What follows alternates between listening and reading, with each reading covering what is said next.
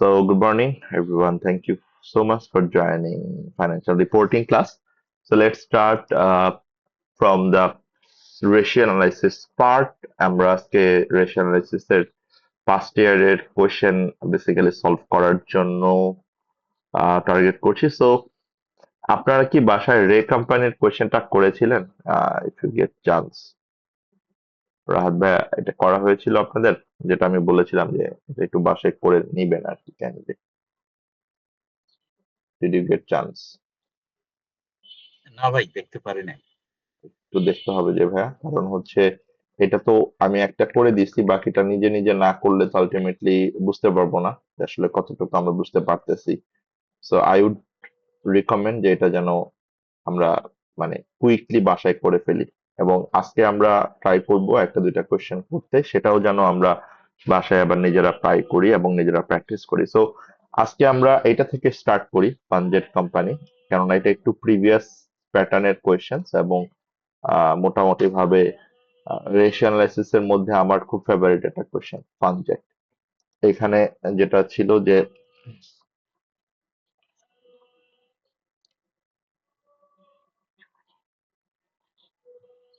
ওকে, so এখানে আপনারা দেখবেন যে একটু ডিফারেন্ট প্যাটার্নের কোয়েশ্চেনটা ওরা আস্ক করবে, এবং আমি যদি কোয়েশ্চেনে চলে যাই, এটা আসলে September December sorry March June 2017 a question. So একটু আগের প্যাটার্ন, বাট স্টিল কোশ্চেনটা আমার কাছে খুব মজা লাগে করতে, কেননা একটু ডিফারেন্ট প্যাটার্নের, একদম কমপ্লিটলি ডিফারেন্ট অ্যাঙ্গেলের একটা কোয়েশ্চেন রেশিও থেকে।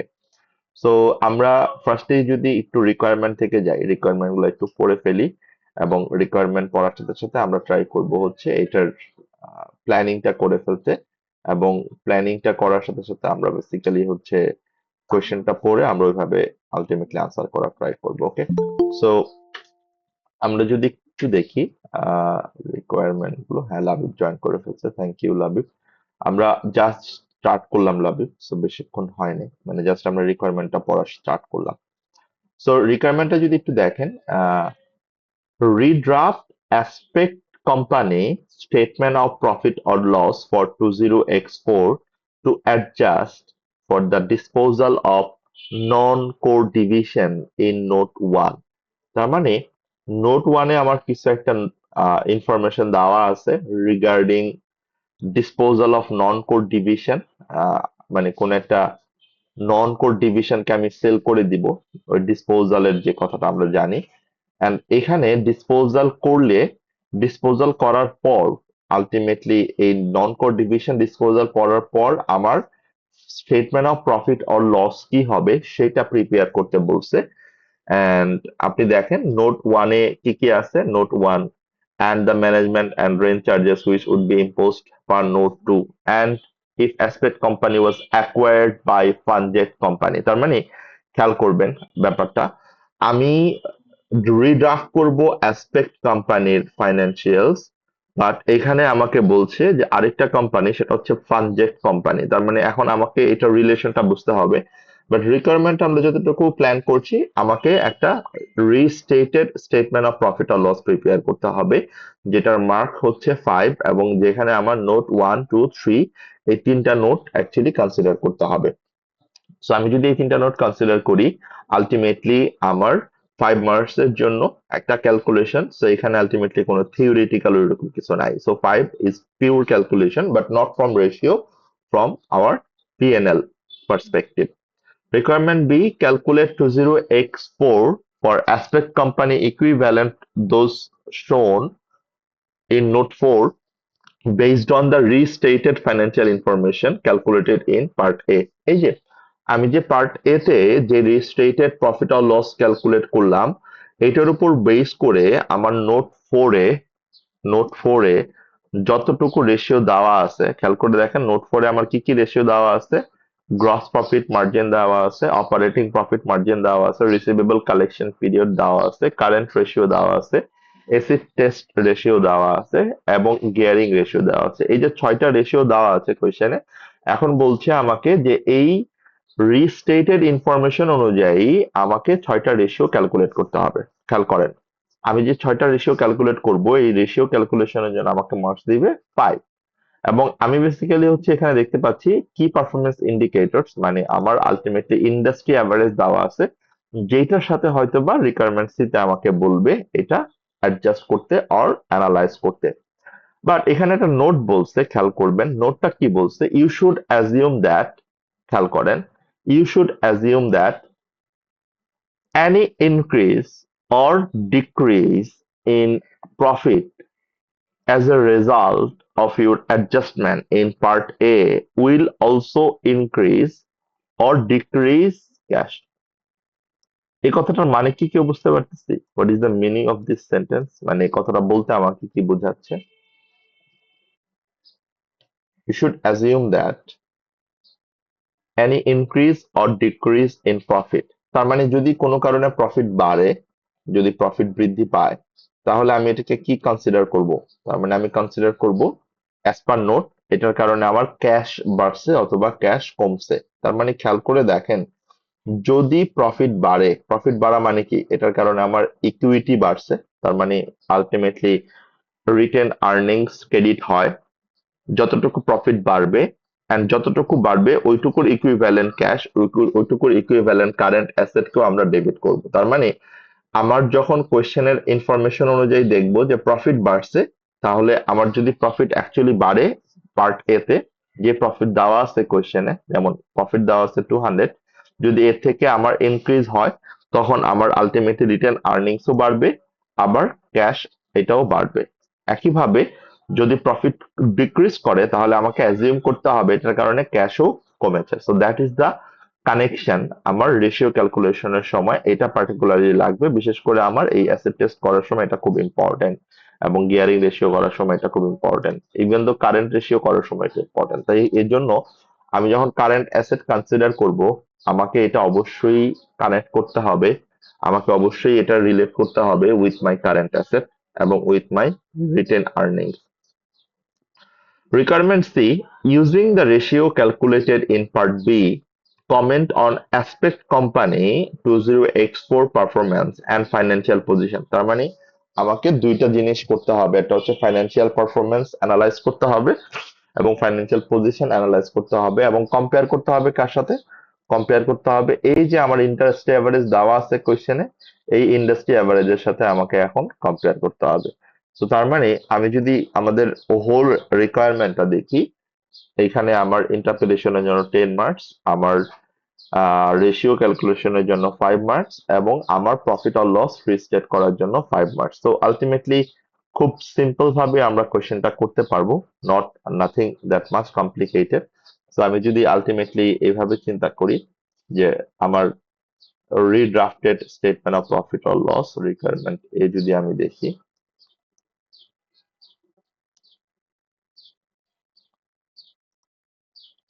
সো আলটিমেটলি কিভাবে রিড্রাফট করতে হয় আমরা একটু দেখে ফেলবো। আলটিমেটলি রিড্রাফট করার জন্য আমাকে এখন সিনারিওটা পড়তে হবে এবং নোট 1, 2 এবং 3 পড়তে হবে। নোট 4 আমি পরে পড়লেও হবে, নোট 4টা আমার রেশিওর জন্য রেলেভেন্ট, আমার এটার জন্য খুব একটা রেলেভেন্ট না। সো আমরা ফার্স্টেই রিলেশনটা বোঝার ট্রাই করব, ভালো করে খেয়াল করেন। যদি রিলেশনটা ভালো করে বুঝি, তাহলে আমার জন্য কোয়েশ্চেনটা করাটা খুব ইজি হয়ে যাবে, আদারওয়াইজ আমি একটু পাজল হয়ে যাব আমার এই কোয়েশ্চেনটা করার সময়। সো পাজল যেন না হই, সো এই জন্য আমাকে একটু ইনফরমেশনটা ভালো করে কনসেন্ট্রেশন দিয়ে পড়তে হবে। Funjet Company has identified Aspect Company as a possible acquisition within the same industry। ভালো করে দেখেন আপনার ইনফরমেশনটা কি বলছে। ফানজেট একটা কোম্পানি, যে কোম্পানিটা অ্যাসপেক্ট কোম্পানিকে অ্যাকোয়ার করতে চায়, তার মানে অ্যাসপেক্ট কোম্পানিকে এখনো সে অ্যাকোয়ার করে নাই, but he is planning, or Fanjet company is planning to acquire Aspect company. এবং এখানে আরেকটা খুব কমন আর ইন্টারেস্টিং একটা ইনফরমেশন আছে যে সেম ইন্ডাস্ট্রিতে, যদি সেম ইন্ডাস্ট্রি না হইতো তাহলে কিন্তু আমরা এটার ইন্ডাস্ট্রি অ্যাভারেজের সাথে কম্পেয়ার করতে পারতাম না। তার মানে আমরা আমাদের যে ফানজেট এবং অ্যাসপেক্ট কোম্পানির যে রিলেশনটা আমরা বোঝার ট্রাই করি। রিলেশনটা হচ্ছে ফানজেট কোম্পানি একটা সেপারেট এন্টিটি যে বেসিক্যালি অ্যাসপেক্ট কোম্পানিকে অ্যাকোয়ার করবে। এখন অ্যাসপেক্ট কোম্পানিকে যে সে অ্যাকোয়ার করবে, অ্যাসপেক্ট কোম্পানির স্ট্রাকচারটা তো আমাকে বুঝতে হবে, অ্যাসপেক্ট কোম্পানির রেভিনিউটা আমাকে বুঝতে হবে, অ্যাসপেক্ট কোম্পানির আলটিমেট রেশিওর ইন্টারপ্রিটেশনটা আমাকে বুঝতে হবে। এই জন্যই আমরা রেশিওটা করছি। সো আমার সিনারিওটা বুঝতে পারতে হবে যে we are actually provided the informations to analyse weather funded company aspect কোম্পানিকে অ্যাকোয়ার করবে কি না। ওকে, এবং এটা ডিপেন্ড করবে অ্যাসপেক্ট কোম্পানির পারফরমেন্স এবং পজিশনের উপর বেস করে। এখন আমরা দেখি অ্যাসপেক্ট কোম্পানির ইনফরমেশন কি বলছে। Aspect company is currently owned by Gamilton group. তার মানে অ্যাসপেক্ট কোম্পানি কিন্তু এখন গ্যামিল্টন গ্রুপের সাবসিডিয়ারি। তার মানে তিনটা এন্টিটি, অ্যাসপেক্ট, ফানজেট অ্যান্ড গ্যামিল্টন গ্রুপ। তার মানে আমার এই রিলেশনটা ভালো করে বোঝা লাগবে যখন আমি ইন্টারপ্রিটেশনটা করব। And the following R extract from the financial statement of aspect company. তাহলে এই যে নিচে যে ইনফরমেশন গুলো দেওয়া আছে এগুলো সব অ্যাসপেক্ট কোম্পানির ফাইন্যান্সিয়াল ইনফরমেশন, ফাইন্যান্সিয়াল স্টেটমেন্ট। কি কি ইনফরমেশন দেওয়া আছে দেখেন। Extract from statement of profit or loss for the year ended 31st December 2024। তার মানে এটা হচ্ছে আমার 31st December 2024 এর statement of profit or loss. কি আছে? Revenue, cost of sales, gross profit and then operating expense. Operating expense বাদ দিলে আমরা পাচ্ছি অপারেটিং প্রফিট। এই যে ইনফরমেশনটুকু দেওয়া আছে এই ইনফরমেশন থেকে আমাকে আলটিমেটলি সবগুলো কম্পোনেন্ট কনসিডার করে আমাকে সব অ্যাডজাস্টমেন্ট করে নোট 1, 2 এবং 3 restated statement of profit or loss করতে হবে। কবেকার জন্য? For the year end 31st December 2024, যেটা আমরা এখানে টাইটেল হিসেবে দিয়েছি, right? For year ended 31st December 2024। So এখানে আমার আলটিমেটলি আমি যদি চিন্তা করি কি কি জিনিস আসবে, সো আপনি চাইলে এটা টেবিলেও করতে পারেন অথবা আপনি চাইলে এটাকে আলটিমেটলি নর্মালিও রাখতে পারেন, কোনো সমস্যা নাই। ওকে, সো এখানে আমরা আসবো হচ্ছে পার্টিকুলার্স এন্ড আমরা এখানে আনবো হচ্ছে ডলার অ্যামাউন্ট, এবং 1000 কমন নিয়ে যদি করা থাকে তাহলে আমাকে 1000 কমন নিয়ে দেখাতে হবে। হ্যাঁ, 1000 কমন নিয়ে এটা দেখানো, সো আলটিমেটলি 1000 কমন নিয়ে দেখাতে হবে। So that is how we can actually plan যে আমরা আনসারটা কিভাবে করতে পারি। ওকে, এখন আমরা দেখি যে ওর এখানে কি কি ইনফরমেশন দেওয়া ছিল। রেভিনিউ দেওয়া ছিল, বাট এই রেভিনিউর সাথে কিন্তু এখন আমাকে অ্যাডজাস্ট করতে হবে। রেভিনিউ কিন্তু আমার এই 54,200 হবে না, এই 54,200 এর সাথে আমাকে একটা অ্যাডজাস্টমেন্ট করতে হবে। সেই অ্যাডজাস্টমেন্টটা আমরা নোট 1, 2 এবং 3 অনুযায়ী করব। ওকে, সো আমরা একটু কুইকলি ফাইন্যান্সিয়ালসটা পড়ে ফেলি। Statement of financial position as a 31st December কি কি দেওয়া আছে? Non current asset 24,400, current asset inventory, receivables, cash at bank. এই ক্যাশ এট ব্যাংকের সাথে কিন্তু আমার নোট 2 এর একটা কানেকশন আছে, মানে হচ্ছে আমরা এই ক্যাশ এট ব্যাংক আমাকে অ্যাডজাস্ট করতে হবে অ্যাজ পার আমার যে প্রফিট বাড়বে অথবা কমবে সেটার উপর বেস করে। সো আলটিমেটলি প্রফিট বাড়ছে কি কমছে সেটার উপর বেস করে আমাকে আলটিমেটলি আমার এই ইনফরমেশনটা আপডেট করে নিতে হবে, অ্যাজ ওয়েল অ্যাজ আমার রিটেন আর্নিংসটাও রিলেট করবে এই রিটেন আর্নিংস এর উপর, এই প্রফিটের উপর। যতটুকু প্রফিট আমার বাড়বে ততটুকু আমার এন্ট্রিটা এখানে প্রোভাইড করতে হবে, অথবা প্রফিট কমলে আমাকে সেই রিলেভেন্ট এন্ট্রিটা এখানে প্রোভাইড করতে হবে। Total asset 37,300, equity share 1000, written earnings 8,000, total equity 9,000, non current liability 16,700, loan current liability 5,400, trade payables current tax payable 6,200, total 11,600, and total equity and liability 37,300. So it is absolutely matched. তার মানে এখানে ultimately আমার আলাদা করে আর কোনো কিছু দেখার দরকার নাই, just to solve requirement A.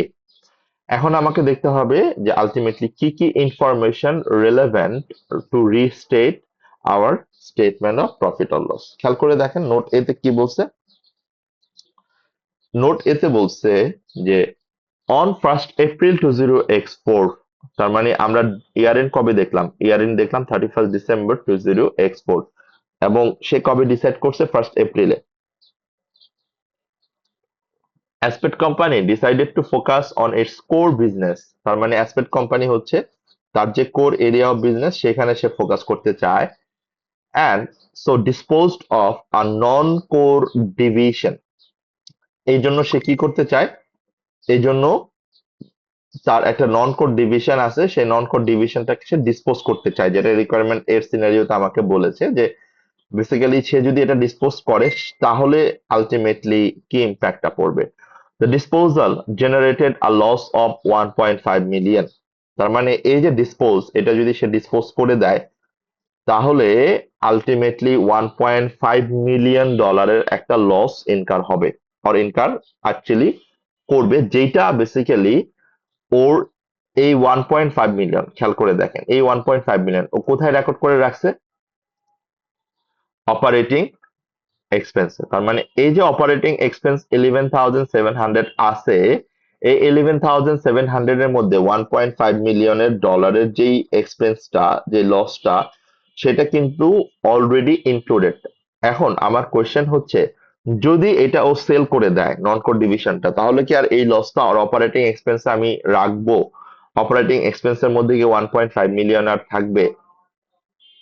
Please answer me.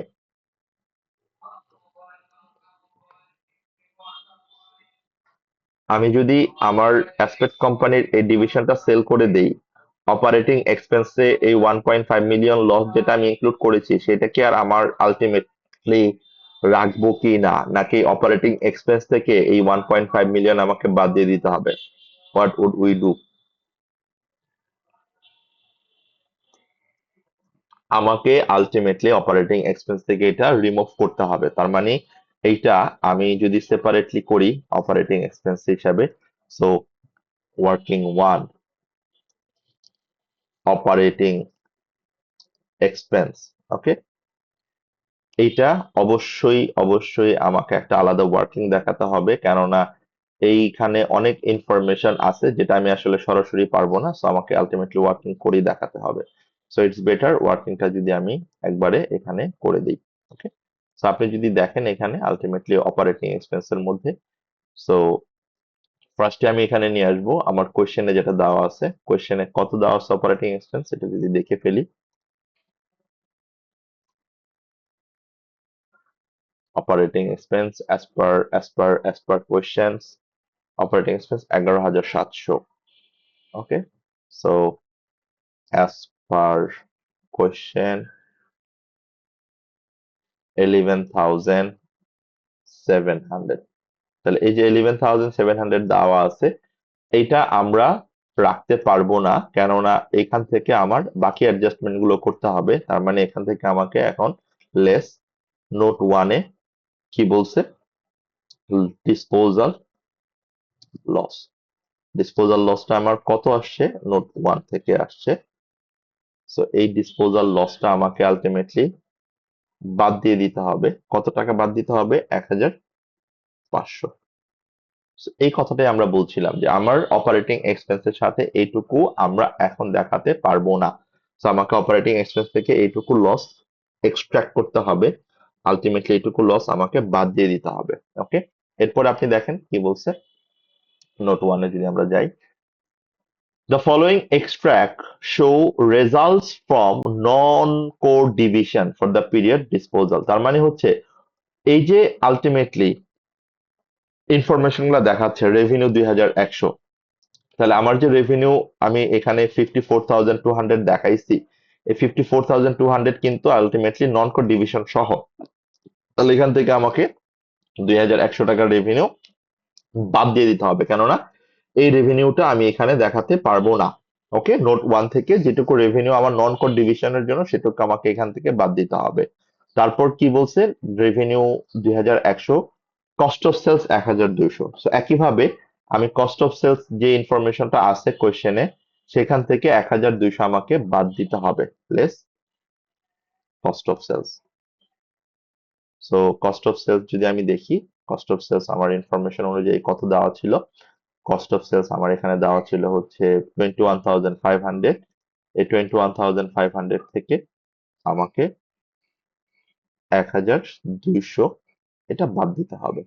এবং এই যে 54,200, 21,500 থেকে 1,200 বাদ দিলে কত হয়, আমাকে একটু কুইকলি আনসারটা বলতে হবে, আদারওয়াইজ আমরা একটু স্লো হয়ে যাবে আমাদের এটা। সো 54,200 থেকে 2,100 বাদ দিলে কত হয়, যদি বলি কুইকলি। আমরা আছি, প্লিজ। রাহাত ভাই, 52,100। কত? 52,100। 52,100। ওকে। আর কস্ট অফ সেলস?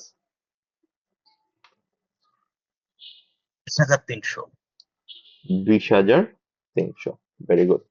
সো এখানে আমরা দেখলাম যে আলটিমেটলি রেভিনিউ থেকে কস্ট অফ সেলস যদি আমি বাদ দিই, তাহলে আমরা পাই গ্রস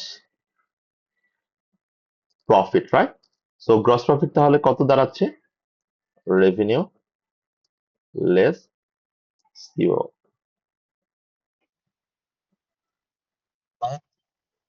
72,400।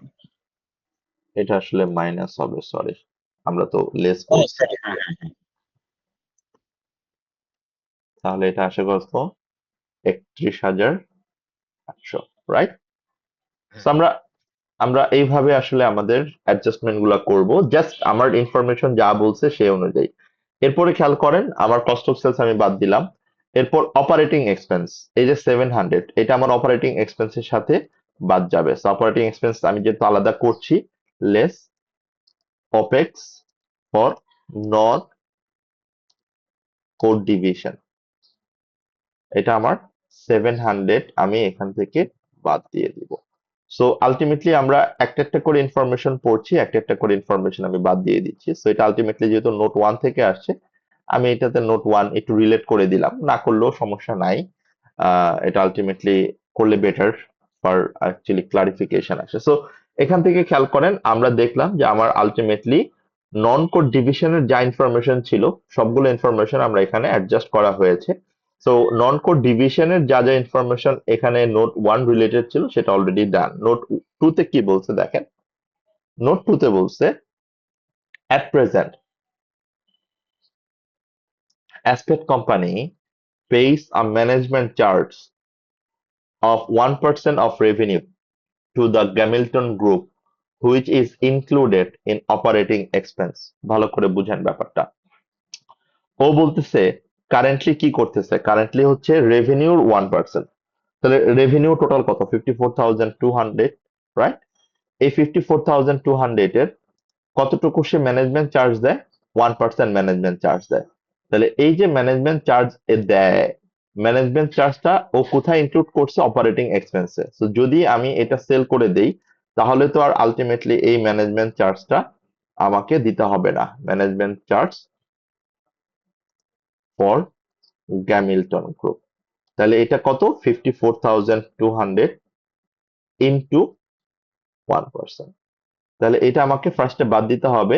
বাদ দেওয়ার পর দেন যেটুকু ম্যানেজমেন্ট ফি আমাকে এখন নতুন করে দিতে হবে, সেটুকু আমাকে এখানে কনসিডারেশনে নিতে হবে পরের টুকু ইনফরমেশন অনুযায়ী। তাহলে 54,200 এর 1% কত হয়? 142। 542।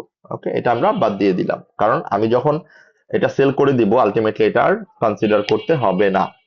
নতুন করে কি কনসিডার করতে হবে দেখেন। ফানজেট company imposes management charge of 10% gross profit of all its subsidiaries। তাহলে যদি আলটিমেটলি ও অ্যাকোয়ার করে অ্যাসপেক্ট কোম্পানিকে, তাহলে আমার ফানজেট কোম্পানি কতটুকু ম্যানেজমেন্ট চার্জ ও ইম্পোজ করবে? 10% অফ গ্রস প্রফিট। এখন দেখেন তো ওর গ্রস প্রফিট কত ছিল, এই যে আমরা যেটা বের করলাম মাত্র,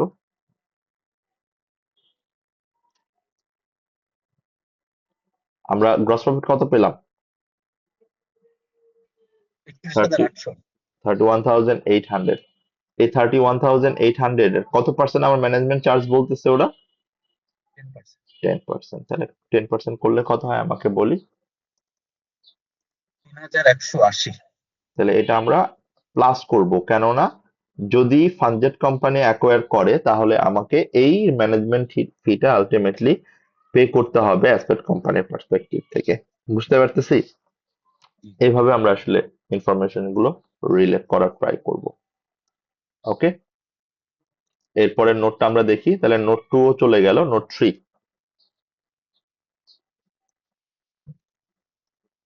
Aspect company administration offices are currently located within a building owned by Gamilton Group। তার মানে অ্যাসপেক্ট কোম্পানি এখন যেখানে অফিস করছে, সেটা বেসিক্যালি গ্যামিল্টন গ্রুপেরই একটা অ্যাডমিনিস্ট্রেটিভ বিল্ডিং, মানে গ্যামিল্টন গ্রুপেরই একটা office. If Aspect Company were acquired, the company would need to seek alternative premises. খুবই স্বাভাবিক, যদি আলটিমেটলি অ্যাসপেক্ট কোম্পানি অন্য কোথাও চলে যায়, তাহলে তো অবশ্যই অবশ্যই এখানে ওর জন্য একটা কনসিডারিং ফ্যাক্টর আছে, যে সেটা হচ্ছে সে কি করবে, সে বেসিক্যালি হচ্ছে আলটিমেটলি অন্য কোথাও চলে যাবে। গ্যামিল্টন গ্রুপ আর তাকে এখানে থাকতে দিবে না। এখন যেটুকু রেন্ট সে দিত, এইটুকু রেন্ট তো অলরেডি তার অপারেটিং এক্সপেন্সে আছে, তাহলে আমাকে কি করতে হবে, যে রেন্ট এক্সিস্টিং যতটুকু পে করা হয় 46, সেটা আমাকে ফার্স্টে বাদ দিতে হবে। Expect company paid rent of 46,000 in 20x4, তার মানে এই 2024 সালে সে টোটাল 46,000 এর রেন্ট পে করছে।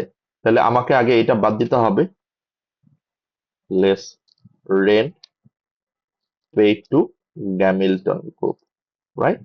তাহলে এটা আমরা ফার্স্টে বাদ দিব 46, এন্ড দেন অ্যাড করব হচ্ছে যতটুকু রেন্ট অ্যাডিশনালি এখন তাকে চার্জ করতে হবে কমার্শিয়াল রেন্ট ইকুইভ্যালেন্ট অফ হিসেবে 120।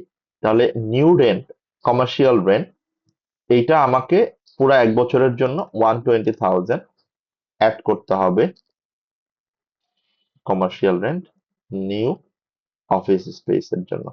ওকে, সো এই হচ্ছে বেসিক্যালি আমার টোটাল ইনফরমেশন, এন্ড দেন আমি পাবো অপারেটিং এক্সপেন্সেস। তাহলে অপারেটিং এক্সপেন্স এখন আমার কত হবে টোটাল প্লাস মাইনাস করার পর? দেখেন,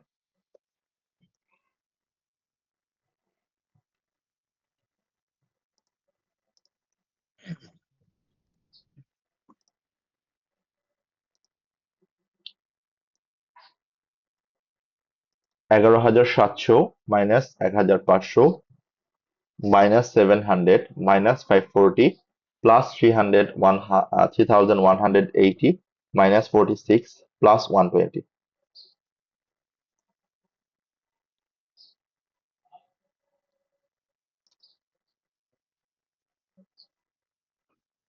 কত বর্ষের হাত দেয়? 12,212। পারফেক্ট, 12,212।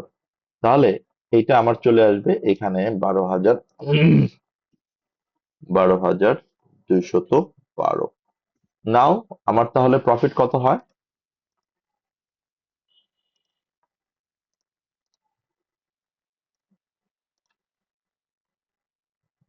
অপারেটিং প্রফিট কত হচ্ছে? 19,588।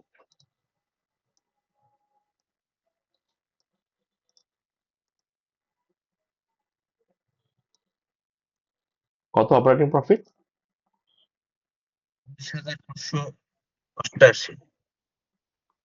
19,588। ওকে, ঠিক আছে তো, এটা রাইট? জি।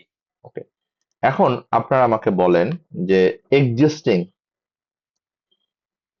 এক্সিস্টিং অপারেটিং প্রফিট কত?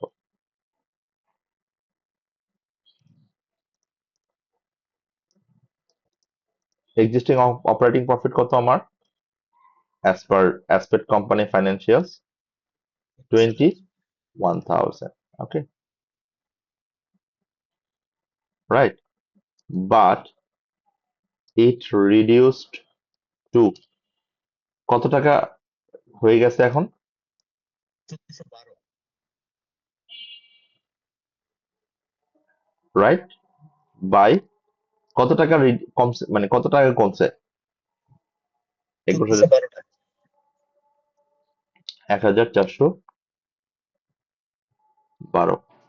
এখন খেয়াল করে দেখেন, আপনাকে নোট টুতে কি বলছিল, আমি এই জন্য আগেই করে রাখলাম এটা। নোট টুতে কি বলছিল, you should assume that any increase or decrease in profit, তাহলে এখানে প্রফিট কি করছে, ডিক্রিজ করছে। তাহলে প্রফিট যদি ডিক্রিজ করে, তাহলে আমার ডাবল এন্ট্রি কি হবে? প্রফিট ডিক্রিজ করলে আমার ইকুইটি বাড়বে না কমবে? কমে যাবে। কমে যাবে। So written earnings debit 1412, right, যেটা আমার আলটিমেটলি ইকুইটির সাথে কানেক্টেড, রাইট, যেটা আমার আসলে ক্যাপিটাল এমপ্লয়েড এর সাথে কানেক্টেড, যদি আমরা আরো স্পেসিফিক ভাবে বলি, অ্যান্ড ক্যাশ Yes. ক্রেডিট যেটা আমার কারেন্ট অ্যাসেটের সাথে সম্পর্ক, রাইট? সো আমি এই কাজটা করে রাখলাম এই কারণে, সো দ্যাট আমি যখন রেশিওটা করতে যাব তখন যেন এই জায়গাটাতে আমার আর কোনো কোয়েশ্চেন্স কনফিউশন না থাকে। আমি কি বুঝাইতে পারলাম কথাটা?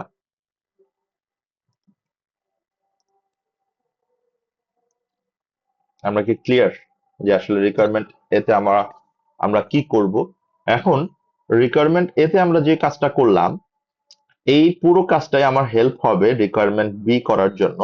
কেননা রিকোয়ারমেন্ট বি তে আমার যতগুলো রেশিও করতে হবে, রাইট, সবগুলো রেশিও আমরা আলটিমেটলি ক্যালকুলেট করব বেসড অন দ্য রিস্টেটেড ইনফরমেশন। ওকে, তাহলে আমার রেশিও কি কি করতে হবে আমরা যদি একটা একটা করে যাই।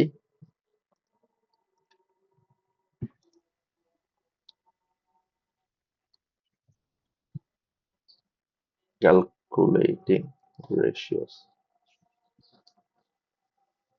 For aspect company based on the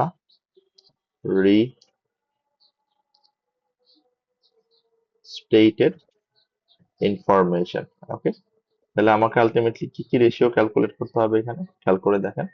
gross profit margin, operating profit margin, receivable collection period, current ratio and asset test ratio, gearing ratio. So আমরা এটা যেহেতু আলটিমেটলি রেশিও ক্যালকুলেট করব, আমরা actually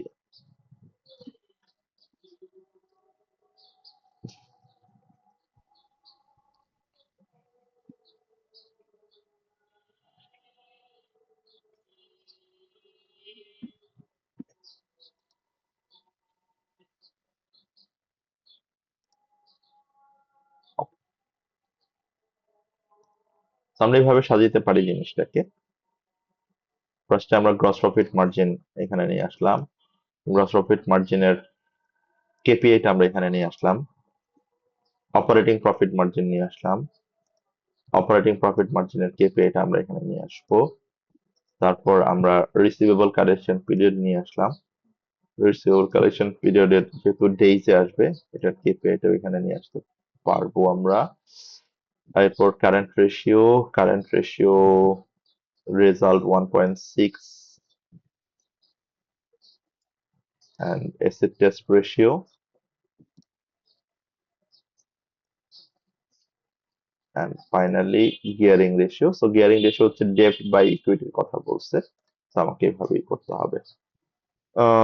asset test ratio result এখানে আসবে, এটা 240% এখানে আসবে। সো আলটিমেটলি রেজাল্ট তো এত লাগবে না, রেজাল্ট আমার ছোট হইলেই হবে, কেপিআই তো আরো ছোট হইলেই হবে। আলটিমেটলি কেপিআই যতটুকু আমার এখানে আছে,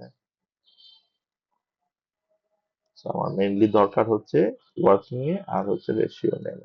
ওকে, দ্যাটস ইট। ওকে, এখন আমরা চলে যাই গ্রস প্রফিট মার্জিন। গ্রস প্রফিটের ফর্মুলাটা কি?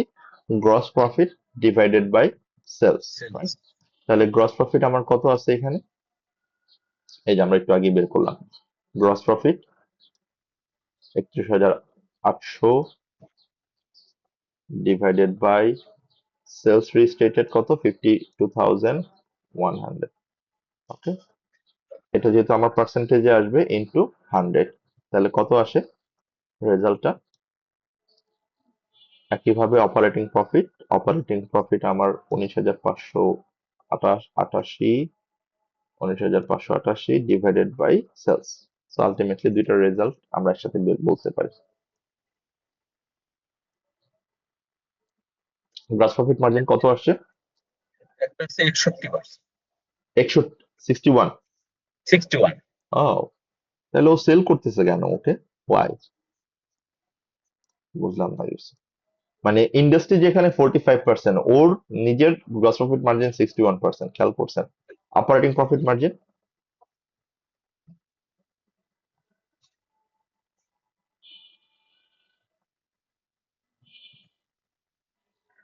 অপারেটিং প্রফিট মার্জিন কত?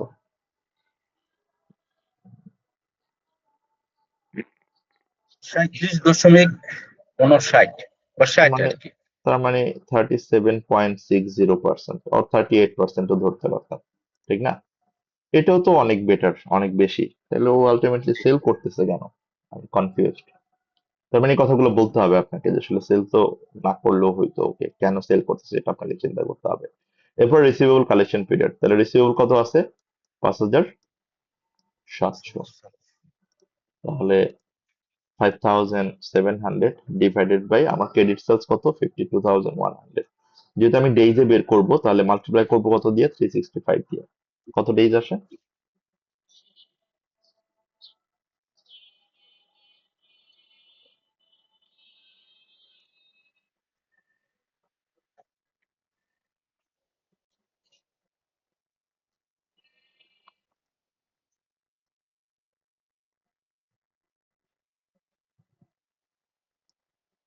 একটু বলি কত আসে। 5,700 divided by 52,100 into 365,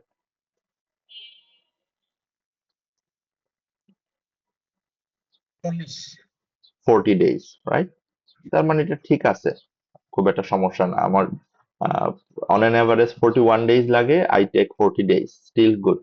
কারেন্ট রেশিওর ফর্মুলাটা কি? Current asset. বাট কারেন্ট অ্যাসেটের সাথে কি একটা ইনফরমেশন অ্যাডজাস্ট হবে না? So current asset, right?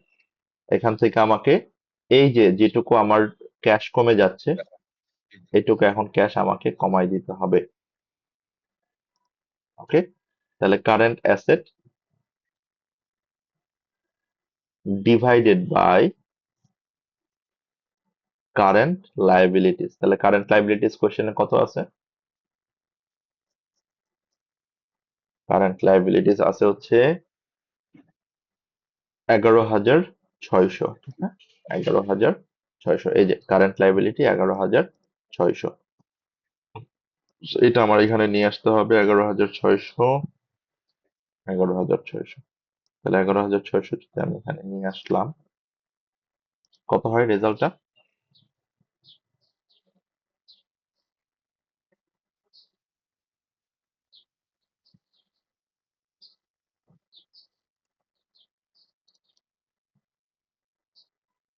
আমরা একটা ভুল করছি।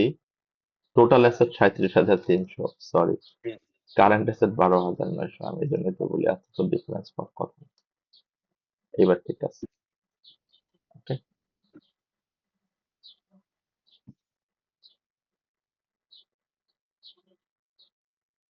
কত হয়?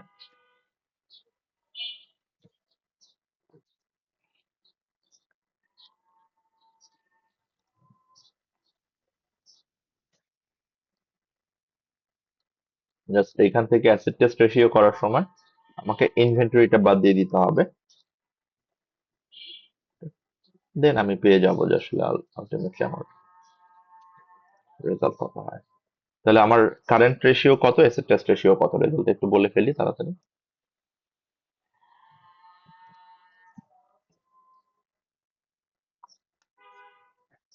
কারেন্ট রেশিও কত আসছে? 12,900। কত ভাই? 4,900 বাদ যাবে। না, অ্যাসেট টেস্ট রেশিওটা এটা পরে করি, আগে কারেন্ট রেশিওটা বলি আমরা। ও রে আল্লাহ, সরি, নিচে চলে গেছে। না না, আগে কারেন্ট রেশিওটা করে আমাকে আনসারটা বলি তাড়াতাড়ি।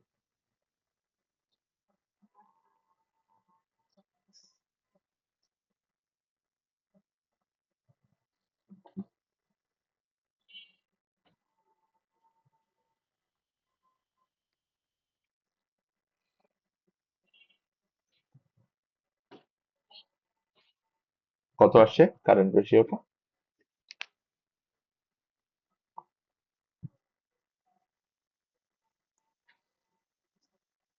0.99 আসে, নাকি 1 ধরা যায়, নাকি 1:1?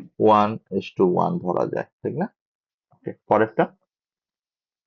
তাহলে 1:1 হইলে আসলে এটা খুব একটা ভালো না, ঠিক না? এটা নিয়ে একটু কথা বলা যায়, জি। এটা নিয়ে একটু আসলে কথা বলার জায়গা আছে। এটা আসলে অতটাও বেটার না যতটা বেটার বাকিগুলা। ওকে, এরপর অ্যাসেট টেস্ট রেশিও।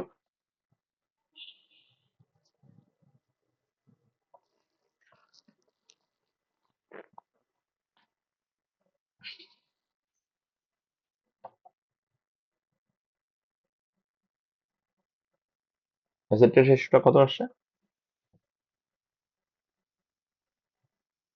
0.57। 57:1, রাইট? তাহলে স্টিল এটাও খুব একটা ভালো না। এটাও একটু কন মানে কনসার্নিং ওর পার্সপেক্টিভ থেকে। সেই দুটি নিয়ে একটু কথা বলতে হবে অ্যাকচুয়ালি, যখন আপনি রেশিওটা অ্যানালাইজ করবেন। সবগুলো নিয়েই কথা বলবেন, বাট এই দুটো আসলে পার্সপেক্টিভটা ভালো না।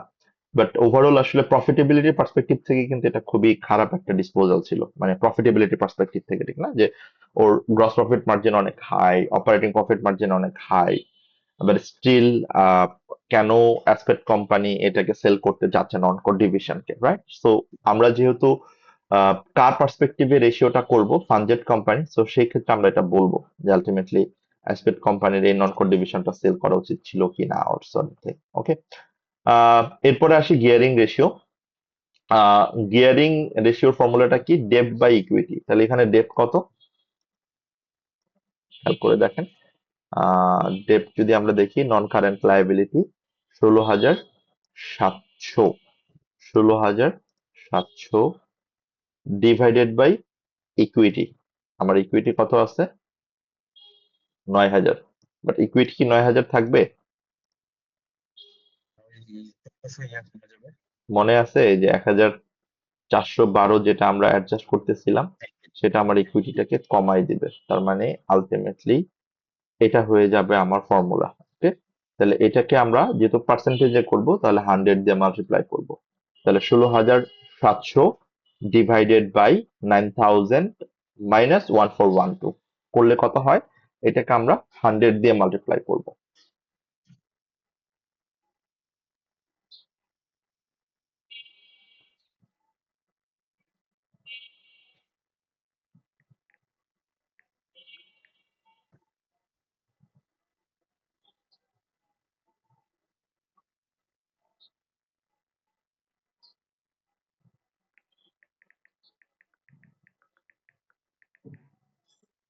$220।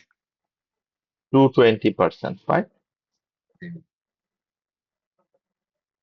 ওকে, তাহলে আমরা 6টা রেশিওই ক্যালকুলেট করলাম। এই 6টা রেশিও নিয়ে এখন আমরা কথা বলবো। আমরা কথা বলবো কার পার্সপেক্টিভ থেকে? আমরা কথা বলবো ফানজেটের পার্সপেক্টিভ থেকে। আমাকে মাথায় রাখতে হবে ফানজেট অ্যাসপেক্ট কোম্পানিকে অ্যাকোয়ার করবে কিনা, এবং ফানজেট কোম্পানি অ্যাসপেক্ট কোম্পানিকে অ্যাকোয়ার করার ক্ষেত্রে আরেকটা কম্পোনেন্ট এখানে কনসিডার করতে বলা হচ্ছে, সেটা হচ্ছে অ্যাসপেক্ট কোম্পানি ওর একটা নন কোর ডিভিশনকে সেল করে দিচ্ছে। সো আলটিমেটলি ওইটা থাকলে তার জন্য প্রফিটেবিলিটি কি হইতো না হইতো সেটা নিয়ে আমরা একটু কথা বলবো। বাট ওভারঅল দেখা যাচ্ছে বেসড অন প্রফিটেবিলিটি, ফানজেট কোম্পানির জন্য অ্যাসপেক্ট কোম্পানি একটা টার্গেটেড ভালো আলটিমেটলি সাবসিডিয়ারি যাকে সে অ্যাকোয়ার করতে পারে। ওকে, এখন আমরা একটু কুইক করে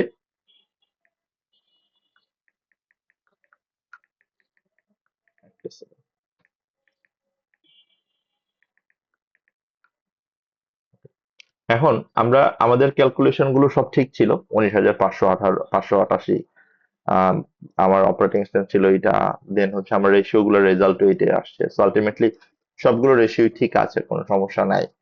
নাও আমরা এখন আমাদের কমেন্ট কিভাবে করব? আমরা কমেন্ট করব ফার্স্টে প্রফিটেবিলিটির উপর, মানে পারফরমেন্সের উপর, দেন পজিশনের উপর, রাইট? এবং পজিশনের পর আমরা বেসিক্যালি হচ্ছে কনক্লুশন দিব একটা। কনক্লুশনটা দিব ওভারঅল অ্যাসপেক্ট কোম্পানির প্রফিটেবিলিটি এবং পজিশনের উপর বেস করে অ্যাকচুয়ালি কতটুকু বেটার পারফর্ম করছে এবং কতটুকু বেটার পজিশনে আছে। সো আপনি যদি রেশিও গুলো একটু দেখেন কুইকার ওয়েতে, based on the profitability, compared to the KPI, compared to the industry average, Aspect company is performing well, right? But based on the liquidity position, ওর কিন্তু liquidity position খুব একটা ভালো না। বাট আবার গিয়ারিং পজিশনটা স্টিল হাই, অনেক high, but industry অ্যাভারেজের থেকে কিন্তু ওর আসলে গিয়ারিংটা কম। ইন্ডাস্ট্রি অ্যাভারেজ কিন্তু 240%, whereas ওর গিয়ারিং হচ্ছে 220%। সো এই কথাগুলোই আমরা বেসিক্যালি এখানে কানেক্ট করার ট্রাই করব, এই কথাগুলো আমরা এখানে রিলেট করার ট্রাই করব। খেয়াল করে দেখেন আমরা পারফরমেন্সে কি কি বলছি। The discontinued operations has a gross profit margin of আমার 43%। তার মানে আমি যেটা ডিসকন্টিনিউ করছি ওইটার ইনফরমেশন যেহেতু কোয়েশ্চেনে দেওয়া আছে, সো আমি ওই ইনফরমেশন গুলোরও রেলেভেন্ট প্রফিট মার্জিন গুলো একটু ক্যালকুলেট করে দেখাতে পারি। That's a better. তাহলে এখানে আমার যেটুকু ডিসকন্টিনিউড অপারেশন সেটার যে গ্রস প্রফিট, সেটার যে অপারেটিং প্রফিট, সেটার উপর বেস করে গ্রস প্রফিট মার্জিন হচ্ছে 43%, অপারেটিং প্রফিট মার্জিন হচ্ছে 10%, যেটা বেসিক্যালি হচ্ছে আলটিমেটলি আমার অ্যাডজাস্ট করার আগে। এবং যদি আমি ডিসপোজাল অ্যাডজাস্ট করি, খেয়াল করে দেখেন, after adjustment refresh the disposal, aspect company gross profit margin 61%। তার মানে জাস্ট ডিসপোজাল করার আগে ওর সিনারিওটা কি ছিল, ডিসপোজাল করার পরের সিনারিওটা কি, সেটা একটু কম্পেয়ার করে দেওয়া, দ্যাটস বেটার। এবং ইন্টারপ্রিটেশনটা ইজিয়ার হয় এক্সামিনারের জন্য, যে আসলে ডিসপোজাল করাটা কতটুকু বেটার ডিসিশন ছিল। Thus, it would appear that the disposal of non-core division has had a positive impact on gross profit margin. Okay, তার মানে পজিটিভ ইম্প্যাক্ট মানে হচ্ছে ডিসপোজাল করার কারণে ওর 61% হয়েছে, যেখানে আগে ওর গ্রস প্রফিট মার্জিন ছিল 60%। এই 60% কিভাবে বের করছে, ওর ওই যে মানে total revenue, total cost, gross profit এবং এই দুটার মধ্যে যে কম্পারিজনটা, এই গ্রস প্রফিটটা বের করছে তার উপর বেস করে। তার মানে 1% বাড়ছে, দ্যাটস এ পজিটিভ ইম্প্যাক্ট। তার মানে ডিসপোজাল করার কারণে এটা খুব একটা প্রবলেম হয় নাই। Such a positive comparisons of the gross profit margin of the industry average would suggest that Aspect Company has negotiated a very good deal with its suppliers for the cost of goods in comparison to its competitors. তার মানে হচ্ছে এখানে আমরা gross profit margin কেন বাড়ে, either তার sales revenue বাড়ছে or cost of sales কমে গেছে। সো হিয়ার ওরা যেটা বলার ট্রাই করছে যে আলটিমেটলি ওর রেভিনিউ তো যেটা ছিল অলমোস্ট কনস্ট্যান্ট, তার মানে কস্ট অফ সেলস ওর বাকি কম্পিটিটরের থেকে বেটার। কেন বেটার? কেননা ওর সাপ্লায়ারের সাথেও একটা বেটার প্রাইস নেগোশিয়েট করতে পারছে, অ্যান্ড বেটার প্রাইসের কারণে কস্ট অফ সেলস কমে গেছে, এবং কস্ট অফ সেলস যদি কমে যায় উই নো এটা আমার গ্রস প্রফিটকে বাড়ায় দেয়। ওকে, দ্য গ্রস প্রফিট ইজ 61%, তার মানে 16% হায়ার। খেয়াল করে দেখেন, কম্পিটিটরের গ্রস প্রফিট হচ্ছে আমার 45%, যেখানে আমার গ্রস প্রফিট মানে অ্যাসপেক্ট কোম্পানির গ্রস প্রফিট হচ্ছে 61%, the industry average. However when considering the operating, তার মানে এটুকু কথা ছিল গ্রস প্রফিট মার্জিন রিলেটেড। তার মানে আমরা শুরু করলাম কি দিয়ে, আমরা শুরু করলাম before disposal, after disposal, and then আমরা শুরু করলাম gross profit margin better than the industry average. কেন? বিকজ কম্পিটিটরের থেকে বেটার প্রাইস নেগোশিয়েট করতে পারছে aspect company with their supplier. Now operating profit মার্জিনের পার্সপেক্টিভ থেকে কি হচ্ছে দেখেন। However, when considering operating profit margin, the financial statement have been adjusted to reflect আমি কি কি অ্যাডজাস্ট করছি, disposal, new management charge, new rental charge, এই সবগুলো অ্যাডজাস্টমেন্ট করার পর আমার অপারেটিং প্রফিট মার্জিনটি কত আসে, অপারেটিং প্রফিট মার্জিন আসছে 38%, যেটা স্টিল আমার ইন্ডাস্ট্রি অ্যাভারেজের থেকে হায়ার, রাইট? তাহলে এখানে আমার অ্যাডভান্টেজ কেন পাচ্ছে, ও অ্যাডভান্টেজ পাচ্ছে হচ্ছে এই যে ডিসপোজাল লস যেটা ছিল, এই ডিসপোজাল লসটা আলটিমেটলি ওকে আর বেয়ার করতে হবে না। ওকে, তার মধ্যে আরেকটা কম্পারিজন যদি আপনি দেখেন, আরেকটা কম্পারিজন যদি এখানে আপনি আপনার ক্যালকুলেশন থেকে দেখেন, যে ওর এখানে যে অপারেটিং এক্সপেন্স যেটা বেসিক্যালি হচ্ছে, আমি যদি একটু খেয়াল করি যে ম্যানেজমেন্ট চার্জ এটা বাড়ছে, বাট এটার কারণেও কিন্তু একটা ইম্প্যাক্ট পড়তেছে, যদিও এটা নেগেটিভ ইম্প্যাক্ট। ম্যানেজমেন্ট চার্জ আগে ছিল 542, বাট এখন হয়ে গেছে 3180। সো এটা কিন্তু আরেকটু কম হইলে অপারেটিং প্রফিট মার্জিনটা আরেকটু বেটার হইতো। সো ওই কথাটা আমরা একটু বলতে পারি যে কি কারণে আলটিমেটলি ম্যানেজমেন্ট চার্জ বেশি হয়েছে এবং রেন্ট বেশি হয়েছে। সো এই কথাগুলো আমরা ওইখানে নিয়ে আসতে পারি।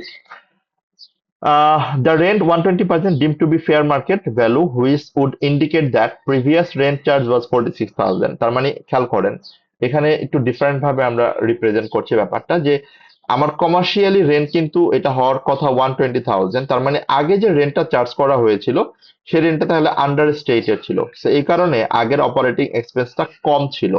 তার মানে অপারেটিং এক্সপেন্সটা এখন ফেয়ার এনাফ, কেননা আলটিমেটলি এখন এইটাকে অ্যাজ পার মার্কেট কন্ডিশন অনুযায়ী রেন্টটা পে করা হচ্ছে।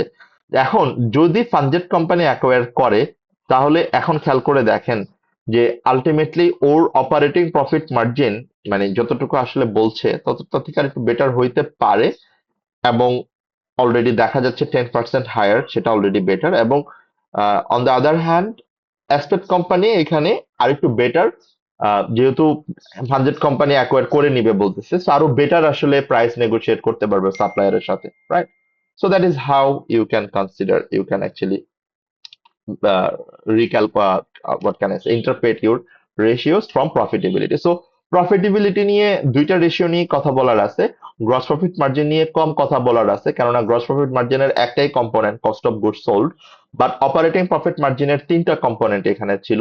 বেসিক্যালি হচ্ছে তার এক্সিস্টিং অপারেটিং এক্সপেন্সের যে নন কোর অ্যাক্টিভিটিস এর যেই ফাংশনটা, এরপর হচ্ছে আমার ম্যানেজমেন্ট চার্জ যেটা ইন্ট্রা গ্রুপের জন্য একটা চার্জ আলটিমেটলি দিতে হচ্ছিল, অ্যান্ড দেন হচ্ছে কমার্শিয়াল রেন্ট, এটাও প্রিভিয়াসলি ইন্ট্রা গ্রুপের কারণে লোয়ার রেন্ট ছিল, যেটা অ্যাকচুয়ালি হায়ার রেন্ট হয়ে গেছে based on the commercial rent, based on the commercial market condition. So that is how you can comment on the performance. Okay, so performance নিয়ে কিন্তু আমার এই কথাগুলাই বলার আছে, বাট একটা জিনিস আমরা একটু মিস আউট করে গেছিলাম ডিসকাশনের সময়, যে আমরা যখন বলছিলাম যে আমরা শুধু এক্সিস্টিং সিচুয়েশনটা নিয়ে কথা বলছিলাম, but still non core division dispose করার আগে এবং পরে, মানে সেই ক্ষেত্রে আমাকে এই সিনারিওটা কানেক্ট করতে হবে। So that's a good inclusion আমরা এখান থেকে নিতে পারি আমাদের লার্নিং আউটকাম থেকে। এরপর আমরা আসি লিকুইডিটিতে এক্সামিনার কি কি বলার ট্রাই করছে, যে কথাগুলো আমরা একটু আগেই রিলেট করার ট্রাই করছিলাম, যে অ্যাসপেক্ট কোম্পানির রিসিভেবল কালেকশন পিরিয়ড, এটা it's a similar almost right comparable, তারও 40 days এবং 41 days আছে। So ultimately terms of the trade of 30 days are quite reasonable, though it usually depends on the type of business, and so there are no cause for concern here. Okay, 30 days এর কথাটা কি কোথাও বলা ছিল? আমরা এটা miss out করে গেছি কোনো কারণে ইনফরমেশন পড়ার সময়, একটু দেখি, একটু জাস্ট আমরা দেখে আসি যে 30 days এর কথাটা আমরা কোথাও কি মিস আউট করে আসি কি না।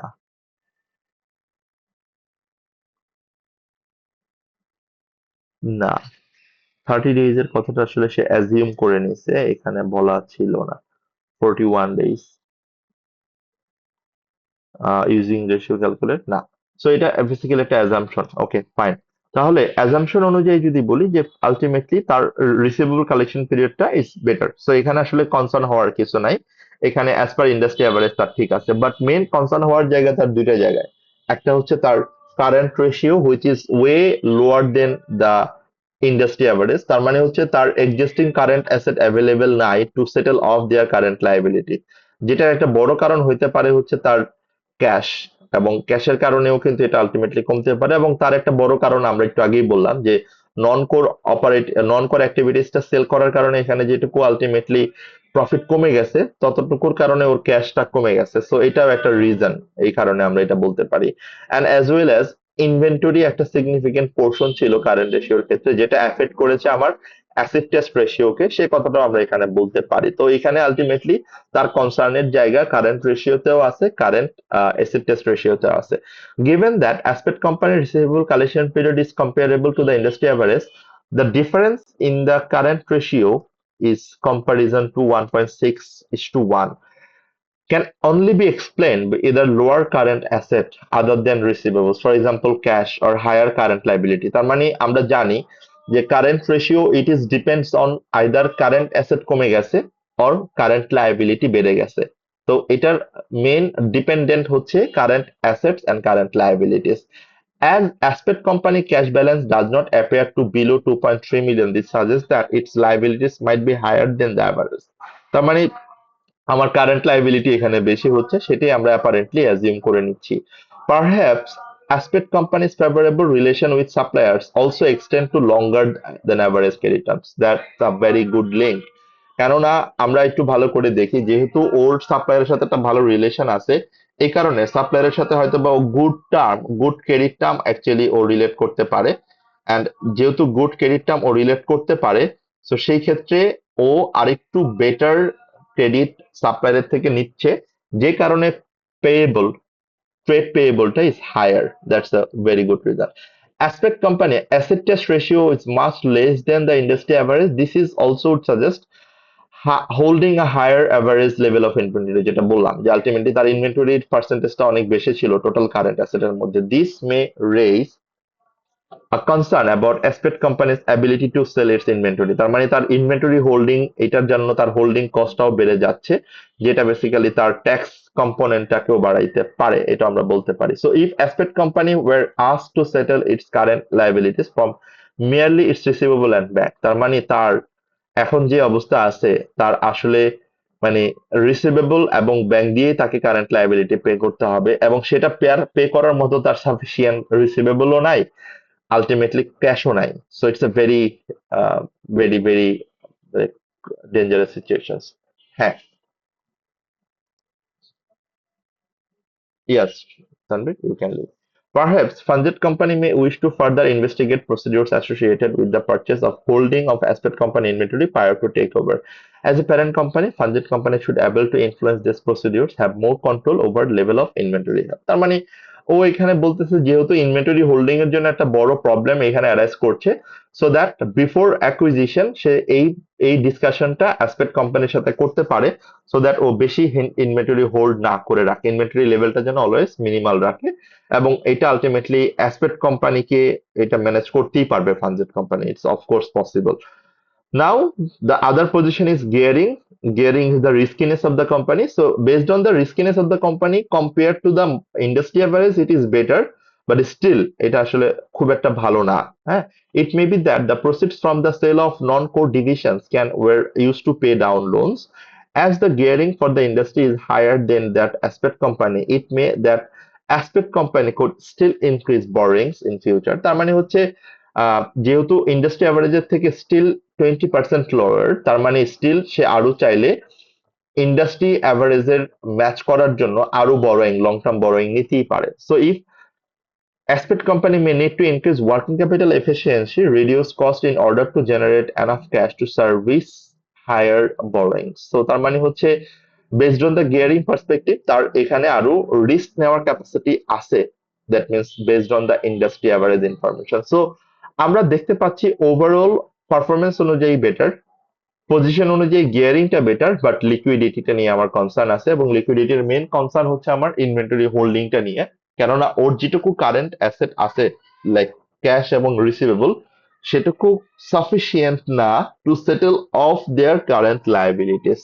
So that's the overall concern, যেখানে আমরা অ্যাকোয়ার করার আগে এই কথাগুলা বলবো ফাঙ্কজেট কোম্পানিকে। Overall, Aspect Company's statement financial gives a little concern. The profitability margin appeared to be healthy, although further investigation of operating cost and working capital efficiency may be required. More information also needs to be obtained about nature of business and perhaps financial statements of several years, মানে compare করার জন্য, might also be beneficial before taking the decision of acquisition by Panjet company. So it's a very neutral একটা conclusion. তার মানে আপনার performance ভালো, but আরেকটু better investigation দরকার, পজিশনটা concerning, and you need further information, like আপনার ফুল ফাইন্যান্সিয়ালস দরকার, লাস্ট কম্পারিজন দরকার, before taking the final decision that whether funded company will acquire the aspect company or not. So that's a very fair enough and a good question. So I think it's a good questions to resolve, and আমরা চাইলে আমাদের আন্ডারস্ট্যান্ডিংটা আরেকটু মাথায় রেখে, examiner তো অনেক কিছু লিখছে, সেটা এত কিছু মানে বেসিক্যালি পসিবলও না আপনার এক্সামে এটা আনসার করা। সেটা 40% 50% লিখতে পারলেও good enough, and I can trust on you, আপনারা 40% আর 50% ইজিলি লিখতে পারবেন ইনশাল্লাহ। ওকে, সো আমরা কুইকলি আরেকটা কোয়েশ্চেন একটু শ্যাডো প্র্যাকটিস করি, বিকজ জুম্মার টাইম, খুব একটা সময় আসলে নাই। সো কোয়েশ্চেনটা আমরা বাসায় করব, সেটাই এক্সপেক্ট করব আপনাদের থেকে, but it's a shadow practicing thing.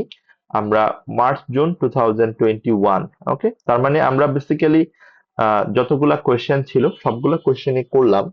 So এখানে অ্যাকচুয়ালি আর নতুন করে এভাবে আর খুব একটা গো থ্রু করতে হবে না আমাদের। সো আমার রিকোয়েস্ট থাকবে আমরা নেক্সট ক্লাসের আগেই এগুলো যেন শেষ করে ফেলি, এবং নেক্সট ক্লাস দ্যাট মিনস আমরা সানডেতে, যেহেতু ফিজিক্যাল ক্লাস হবে, সো সানডেতে আমরা একটা কাজ করতে পারি, আমরা একটা আমাদের যেই আইএফআরএস গুলো ছিল অথবা গ্রুপ অ্যাকাউন্টিং থেকে আমরা একটা রিভিশন প্ল্যান করতে পারি। তো আমরা রিভিশনটা যদি করি তাহলে অ্যাটলিস্ট সাইড বাই সাইড আমার প্র্যাকটিসটাও হয়ে যাচ্ছে, রিভিশনটাও হয়ে যাচ্ছে। সো আই উড রিকমেন্ড আপনারা এর মধ্যে যদি কারো কোনো কোয়েশ্চেন্স থাকে, কারো কোনো কনফিউশন থাকে, লেট মি নো। আমরা রিভিশনে যখন যাব, তো অবশ্যই আমাদের রিভিশনটা যেন ইফেক্টিভ হয়, প্রপারলি যেন আমরা করতে পারি। সো নেক্সট সানডেতে আমাদের প্ল্যান হচ্ছে রিভিশনের। আমি একটা আপনাদের পকেট নোট দিয়ে দিব ক্যাপলানের, এই পকেট নোট থেকে আমরা রিভিশনটা করব, কেননা রিভিশন আসলে আলাদা করে ওইরকম ভাবে নতুন কিছু আসবে না। যেগুলো আমরা এতদিন ডিসকাশন করেছি সেখান থেকে আমরা ডিভিশন গুলো নিয়ে কথা বলবো। সো সেই ক্ষেত্রে আপনারা একটু চেষ্টা করবেন রিভিশন গুলোর টপিক অ্যাটলিস্ট আপনাদের প্রবলেম গুলো নোট ডাউন করে রাখতে, যে আপনাদের যদি কারো কোনো প্রবলেম থাকে সে প্রবলেম গুলো যেন আমরা ডিসকাশন করতে পারি। ওকে, আমরা এখন কথা বলবো হচ্ছে মার্চ জুন 2021 এর কোয়েশ্চেনটা নিয়ে। আই বিলিভ আপনারা দেখতে পাচ্ছেন কোয়েশ্চেনটা, ইটস আ লাস্ট 21-এ আসছে, খুব একটা বেশি দিন হয়নি, 3-4 সেশন আগের কোয়েশ্চেন, মানে 4 বছর আগের সেশনের কোয়েশ্চেন। সো আমরা একটু কুইকলি আমাদের রিকোয়ারমেন্টে চলে যাই। রিকোয়ারমেন্টটা আমরা একটু ভালো করে দেখার ট্রাই করি যে আসলে কি কি এখানে আমাকে করতে হবে। রিকোয়ারমেন্ট এ ভালো করে দেখেন আমাকে কি করতে হবে। Adjust the relevant extract from Dow company financial statements to apply the same accounting policy as Cook Company and recalculate Dow company's ratio provided in Note 5. তার মানে নোট 5 এ কিছু রেশিও দেওয়া আছে, এই যে gross profit margin, operating profit margin, return on capital employed, এই তিনটা ratio দেওয়া আছে এবং তিনটা রেশিও কুক কোম্পানির জন্যও দেওয়া আছে, ডাফ কোম্পানির জন্যও দেওয়া আছে। এবং আমাকে এখন কি করতে হবে, আমাকে অ্যাডজাস্ট করতে হবে রিলেভেন্ট এক্সট্রাক্ট ইনফরমেশন গুলো থেকে এবং রিক্যালকুলেট করতে হবে কার রেশিও।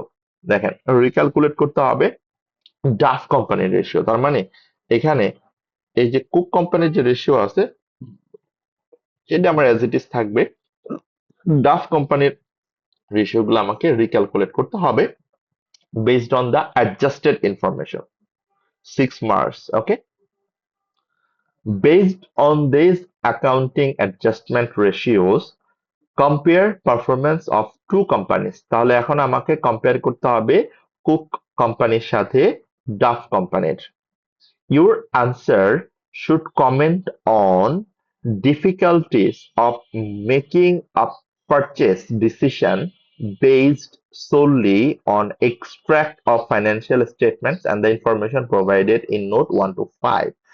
তার মানে আপনাকে এখানে রেশিও অ্যানালাইসিস করতে হবে, প্লাস আপনাকে এখানে কোনো ডিফিকাল্টি ফেস করেছেন কিনা, কোনো ডিফিকাল্টিস আছে কিনা সেটাও আপনাকে বলতে হবে। সো আলটিমেটলি আপনি যখন রেশিওটা করবেন, রেশিও করার ক্ষেত্রে আপনার যে চ্যালেঞ্জ গুলো আছে সেই চ্যালেঞ্জ গুলোও আপনাকে বলতে হবে। ওকে, এবং এই চ্যালেঞ্জ গুলো বলার সাথে সাথে আপনি যে ডিসিশনটা নিচ্ছেন ফাইন্যান্সিয়াল স্টেটমেন্টের উপর বেস করে, সেটার উপর বেস করে ইনফরমেশন ডিসিশন নেওয়াটা যে চ্যালেঞ্জিং, ডিফিকাল্ট, কমপ্লিকেটেড সেই কথাটা আপনাকে বলতে হবে। তার মানে 14 মার্কস হচ্ছে ইন্টারপ্রিটেশনের জন্য, খেয়াল করে দেখেন, এবং বাকিটুকু হচ্ছে আমার ক্যালকুলেশনের জন্য 6 মার্কস। সো আমরা একটু ইনফরমেশন গুলো পড়ে আসি যে আসলে কি এখানে বলার ট্রাই করছে আমাদেরকে। Okay, so this is the information যেটা আপনারা ফার্স্ট ইয়ার কোয়েশ্চেন থেকেই পাবেন। Pastry company is considering the acquisition of a subsidiary in the catering industry। তার মানে পেস্ট্রি কোম্পানিও কিন্তু আলটিমেটলি একটা পেস্ট্রি শপের মতোই বুঝাই যাচ্ছে, তারা একটা সাবসিডিয়ারিকে অ্যাকোয়ার করতে চাচ্ছে ক্যাটারিং ইন্ডাস্ট্রির। Two companies have been identified as potential acquisition। তার মানে আগের কোশ্চেনে আমরা দেখছিলাম একটা কোম্পানিকে তারা বেসিক্যালি হচ্ছে অ্যাকোয়ার করছে, মানে টার্গেট করছে অ্যাকোয়ার করার জন্য, বাট এখানে আমাকে বলতেছে দুইটা কোম্পানি, কে কে, Cook company and Duff company.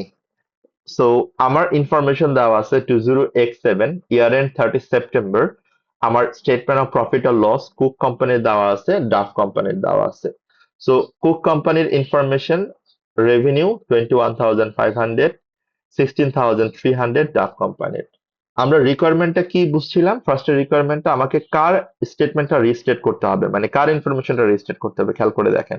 Adjust the relevant extract from Duff companies, তার মানে আমাকে ডাফ কোম্পানির ইনফরমেশনটা এক্সট্রাক্ট করতে হবে। তার মানে আমার ইনফরমেশন এক্সট্রাক্ট করতে হবে যে ডাফ কোম্পানির যেটুকু আছে 16,300, এটার সাথে অ্যাডজাস্ট করতে হবে আমার ইনফরমেশন অনুযায়ী। Cost of sales, gross profit, operating expense, finance cost, profit before tax, income tax, and profit for the year, এই সবকিছু কনসিডার করে এখন আমাকে আলটিমেটলি অ্যাডজাস্ট করতে হবে আমার অ্যাডজাস্টেড প্রফিট, এবং এই অ্যাডজাস্টেড প্রফিটটা আমি কারটা অ্যাডজাস্ট করব, ডাফ কোম্পানিটা, তার মানে কুক কোম্পানিটা অ্যাজ ইট ইজ থাকবে। Same goes to statement of financial পজিশনের ক্ষেত্রেও আমার ডাফ কোম্পানির যে ইনফরমেশন গুলো আছে প্রপার্টি, সেটা আমাকে 68,500 অ্যাডজাস্ট করতে হবে as per extracted information. Equity 1000, revaluation surplus কুকের নাই, ডাফের আছে 30,000, retained earnings 18,310, 2,600, loan note 7,300 and 5,200। তার মানে আমি আমার ইনফরমেশনটা কিভাবে প্ল্যান করবো, এখন খেয়াল করে দেখেন আমি আমার ইনফরমেশনটা প্ল্যান করব। আমি যে আমার কোয়েশ্চেনটা করব, এটা আমার কোন ইয়ারের কোয়েশ্চেন, যদি আমি একটু জাস্ট আমার ফার্স্ট ইয়ার কোয়েশ্চেনে চলে যাই, এটা হচ্ছে আমার pastry company, March June 20x3। ওকে, সো মার্চ জুন 20x3। তাহলে আমাকে ফার্স্টে রিকোয়ারমেন্ট এতে কি করতে হবে,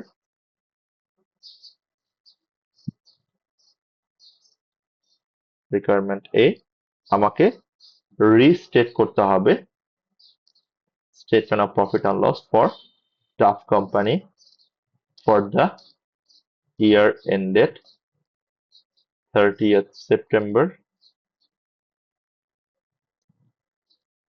20x7। ওকে, এবং এখানে আমরা রিস্টেট যখন করব, রিস্টেট করার সময় আমাকে অবশ্যই অবশ্যই যেটুকু ইনফরমেশন দেওয়া আছে, খেয়াল করে দেখেন আমার যেটুকু ইনফরমেশন দেওয়া আছে সেই ইনফরমেশন কিন্তু অ্যাজ ইট ইজ নিয়ে আসতে হবে আমাকে, রাইট? সো আমি আলটিমেটলি আগের কোশ্চেনটা যেভাবে করেছিলাম ঠিক একইভাবে আমি করতে পারি। যেমন এখানে আরেকটা জিনিস, এখানে আমার অ্যাজ পার কোশ্চেন যেটা দেওয়া আছে,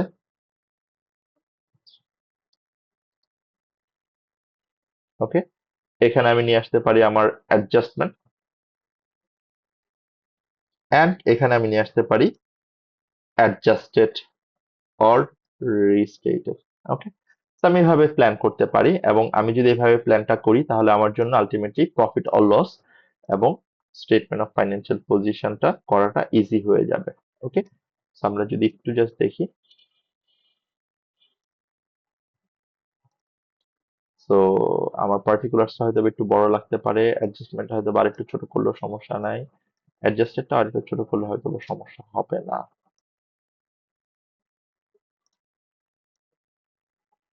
as per question।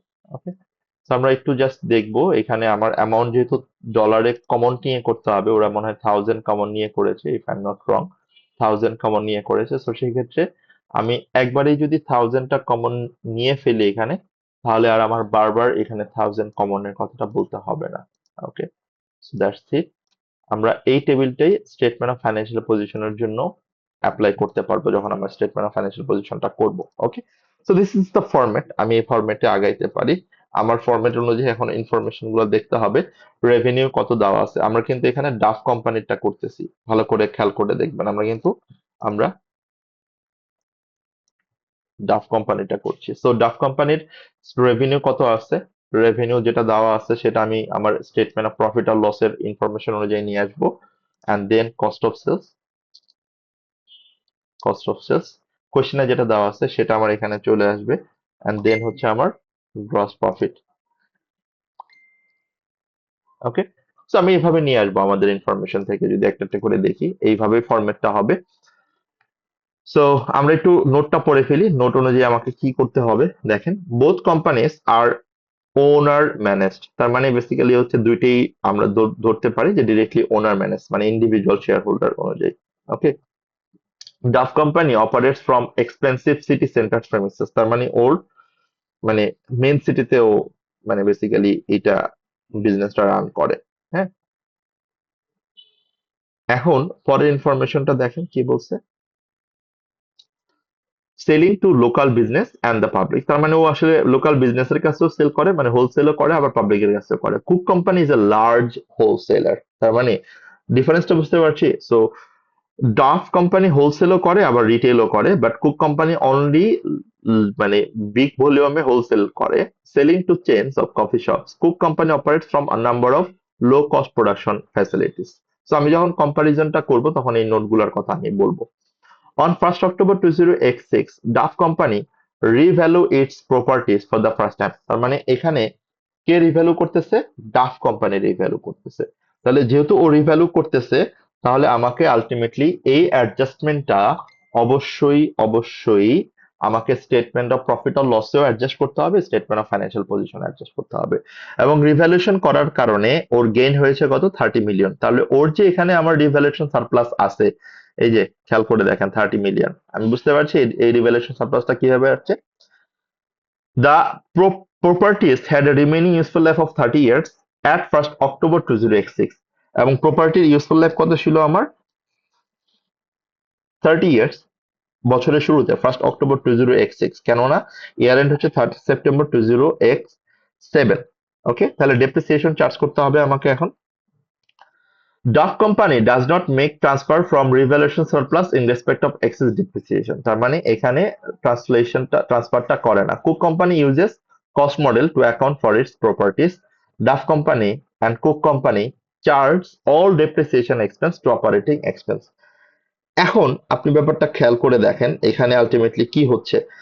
ও রিভ্যালুয়েশন মডেল করে, ভালো করে বুঝেন, বাট কুক কোম্পানি কি রিভ্যালুয়েশন মডেল করে?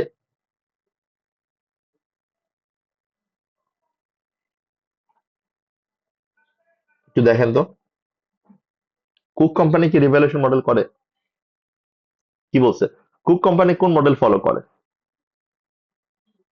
Cost model, right? তাহলে আমাকে অবশ্যই ডাফ কোম্পানির এই ইনফরমেশন, ওর যে প্রপার্টি আছে, এই যে 68,500, এইটার মধ্যে যে 30 মিলিয়ন অলরেডি ওর রিভ্যালুয়েশন, সো আলটিমেটলি এখন এটাকে ওর কস্ট মডেলে করতে হবে। তার মানে কি, ওর ডেপ্রিসিয়েশন করতে হবে কস্ট মডেলে। তাহলে কস্ট মডেলে যদি ওর ডেপ্রিসিয়েশন করে, ও কতটুকু বেশি ডেপ্রিসিয়েশন করছে? ও 30 মিলিয়ন বেশি ডেপ্রিসিয়েশন করছে। এই 30 মিলিয়ন যতটুকু বেশি ডেপ্রিসিয়েশন করছে, সেটুকু এখন ও রিস্টেট করে দিবে। ভালো করে ব্যাপারটা খেয়াল করেন। ডাফ কোম্পানি, তার মানে আমি যদি নোট 1 খেয়াল করি, revaluation used by Duff company, right? But okay কি করতে হবে? ওকে আলটিমেটলি কস্ট মডেলে করতে হবে। তাহলে কস্ট মডেলে যদি করতে হয়, তাহলে ডেপ্রিসিয়েশন ও কতটুকু বেশি হাই চার্জ করছে? 30,000 ও বেশি হাই চার্জ করছে। মানে 30,000 এর উপর যতটুকু ডেপ্রিসিয়েশন ততটুকু সে হাই চার্জ করছে। এই 30,000 ডিভাইডেড বাই 30, তাহলে আমার অ্যাকচুয়ালি পার অ্যানাম ডেপ্রিসিয়েশন কত ও বেশি চার্জ করতেছে? 1 মিলিয়ন, মানে 1000। তাহলে এই যে 1000 ও বেশি চার্জ করে ফেলছে, খেয়াল করে দেখেন। তাহলে ওর যতটুকু আলটিমেটলি 1 মিলিয়ন যতটুকু ও চার্জ করে ফেলছে, এইটুকু কোথায় চার্জ করছে? এটুকু চার্জ করছে অপারেটিং এক্সপেন্সে, এই যে 4725। তাহলে আমার এই যে 1 মিলিয়ন আমি ডেপ্রিসিয়েশন এক্সপেন্স বেশি চার্জ করে ফেলছি, like charged by Duff company, okay, more charged by Duff company. So now need to reduce the depreciation expense, means the operating expense। তাহলে অপারেটিং এক্সপেন্স ওর কত ছিল? খেয়াল করে দেখেন, 4,725। তাহলে আমরা এখানে খেয়াল করি, আমার গ্রস প্রফিট, আমি যদি প্রত্যেকটা আইটেম এখানে নিয়ে আসি একটা একটা করে, operating expense 4,725, operating expense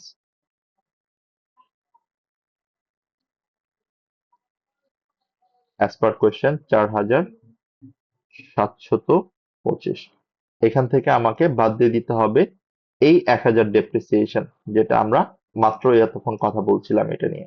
so ultimately আমরা যতটুকু এক্সপেন্স বেশি চার্জ করে ফেলেছি, তাহলে এখন আমার কত হবে? 3,725 আমার অপারেটিং এক্সপেন্স। আরো অ্যাডজাস্টমেন্ট থাকতে পারে, বাট আলটিমেটলি এটা রিলেটেড আমাকে এই অ্যাডজাস্টমেন্টটা করতে হবে। ওকে, সো এই হচ্ছে আমার ডেপ্রিসিয়েশন। তার মানে আমার অপারেটিং এক্সপেন্স কমে গিয়ে কত হবে?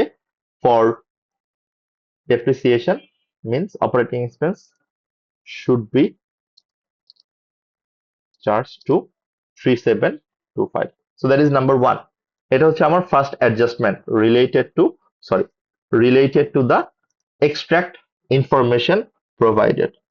ওকে, এখন এরপরে আপনি খেয়াল করে দেখেন, ওর যেহেতু এক্সপেন্স 3725 কমে যাচ্ছে, তাহলে এটার কারণে ওর কি হবে, রিটেন আর্নিংসটাও আলটিমেটলি আমার বাড়াই দিতে হবে, অলসো নিড টু ইনক্রিজ, যেহেতু আমার প্রফিট বেড়ে যাচ্ছে, সো আমাকে আলটিমেটলি রিটেন আর্নিংসটাও বাড়াই দিতে হবে। সো আমি এটা ডাবল এন্ট্রি যদি এভাবে চিন্তা করি, খেয়াল করে দেখেন, আমি যদি এটা ডাবল এন্ট্রি এভাবে চিন্তা করি যে অপারেটিং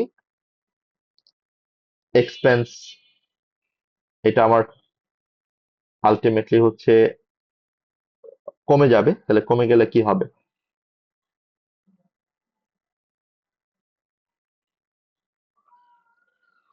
অপারেটিং এক্সপেন্স আমার কমে যাবে, রাইট? তার মানে রিটেন আর্নিংস আমার ইনক্রিজ করতে হবে, তার মানে ক্রেডিট করতে হবে। সো আমি আলটিমেটলি কি করব, অপারেটিং এক্সপেন্স আমি বেশি চার্জ করে ফেলছি, তো এখন আমি আলটিমেটলি অপারেটিং এক্সপেন্স এইখান থেকে আলটিমেটলি আরেকটু কমাই দিব। সো অপারেটিং এক্সপেন্স যদি আমার কমে যায়, সো অপারেটিং এক্সপেন্স কমে যাওয়া মানে কি, operating expense reduced and as well as retained earnings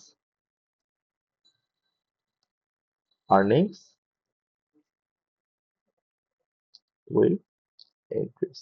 তার মানে আমরা এখানে যে কাজটা করতেছি, এটার কারণে আমার প্রফিট আর লসেরও একটা ইম্প্যাক্ট থাকবে, স্টেটমেন্ট অফ ফাইন্যান্সিয়াল পজিশনেরও একটা ইম্প্যাক্ট থাকবে। খেয়াল করে দেখেন, আমার অপারেটিং এক্সপেন্সের সাথে অ্যাডজাস্টমেন্টটা হবে, আবার আমার এখানে আলটিমেটলি রিটেন আর্নিংস এর সাথে অ্যাডজাস্টমেন্ট হবে, ইভেন দো রিভ্যালুয়েশন সারপ্লাস কিন্তু থাকবে না, কারণ ও যদি কস্ট মডেল ফলো করে, প্রপার্টি প্ল্যান্ট এন্ড ইকুইপমেন্ট 68,500 এটা থাকবে না, 68,500 থেকে আমার property and plant and equipment থেকে 30,000 প্লাস 1,000, মানে যতটুকু আমি মাইনাস করছি সেটুকু আমার অ্যাডজাস্ট হয়ে যাবে। সো আমি যদি পুরো অ্যাডজাস্টমেন্ট একবারে দেখানোর ট্রাই করি, খেয়াল করে দেখেন, আমি যদি রিস্টেটটা একবারে করাই, আর একবারে আমি যদি দেখি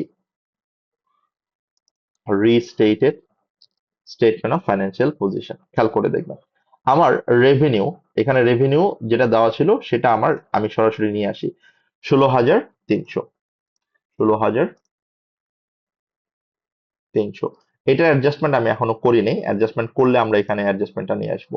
কস্ট অফ সেলস 8,350, এটাও আমরা অ্যাডজাস্টমেন্ট এখনো করি নাই, 8,350 আমি যখন অ্যাডজাস্টমেন্ট করব তখন এখানে আমরা এটা নিয়ে আসবো। গ্রস প্রফিট, এটা হচ্ছে আমার revenue less cost of sales, okay, বাকি ইনফরমেশন গুলো অবশ্যই এখানে চলে আসবে, এন্ড অপারেটিং এর ক্ষেত্রে আমার এই জিনিসগুলো অলরেডি চলে আসবে। এরপরে আমরা আসি statement of financial position. Restated statement of financial position আমার কি কি ছিল, নন কারেন্ট অ্যাসেট, তাহলে ফার্স্টে আমরা নন কারেন্ট অ্যাসেট এখানে নিয়ে আসি, নন কারেন্ট অ্যাসেট, নন কারেন্ট অ্যাসেটস এর মধ্যে আমার ফার্স্টে কি আসবে, ফার্স্টে আসবে প্রপার্টি প্ল্যান্ট অ্যান্ড ইকুইপমেন্ট, ওকে। তাহলে এই যে আমার ইকুইপমেন্টটা আসবে, এই ইকুইপমেন্ট আমার ইনফরমেশনের ফার্স্টে যেটা দেওয়া আছে সেটা আমি আনবো, খেয়াল করে দেখেন 68,500, ওকে, 68,500।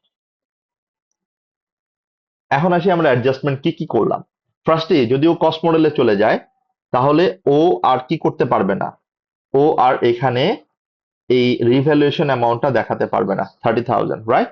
এবং রিভ্যালুয়েশনের কারণে ও কি করছে, ডেপ্রিসিয়েশন বেশি চার্জ করছে, তার মানে ডেপ্রিসিয়েশনও বাদ দিছে, বাট এখন আমাকে কি করতে হবে, ডেপ্রিসিয়েশনটা অ্যাড করে দিতে হবে। So that is how we can adjust, okay, that is how you can actually, আমরা মাইনাস করবো 30,000 এন্ড প্লাস করবো হচ্ছে আমার 1,000, কারণ ডেপ্রিসিয়েশন আমি অলরেডি বাদ দিয়ে দিয়েছি, সেটা আমাকে এখন অ্যাডজাস্ট করতে হবে।